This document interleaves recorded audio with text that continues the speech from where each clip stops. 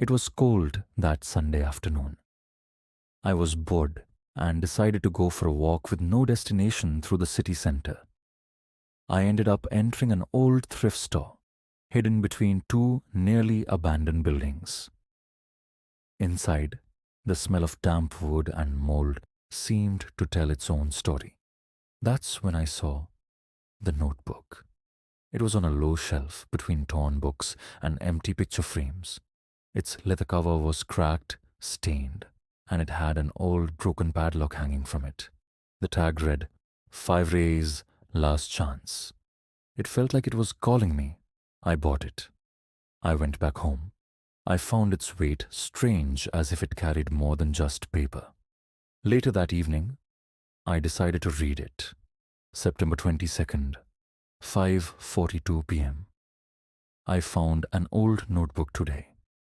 I decided to write down what's happening. Maybe it will help me understand. September 22nd, 11:17 p.m. The diary belonged to a girl named Helena.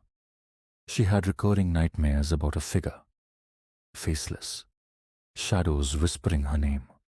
As I read out loud, I felt a chill. The lights in the room flickered. I closed the diary and went to bed, or tried to. September 23rd, 2:03 a.m. I woke up to a dry noise in the hallway. I thought it was the wind, but the window was shut. I opened the door and saw a shadow, long and distorted, slowly crawling. I ran back, holding the diary in my hands. September 24th, 12:56 a.m. Helena's entries become more and more confused.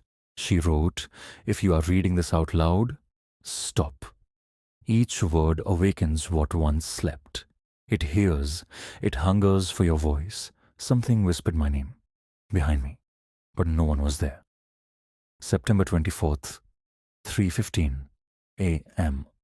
I'm writing as fast as I can. The walls seem to breathe.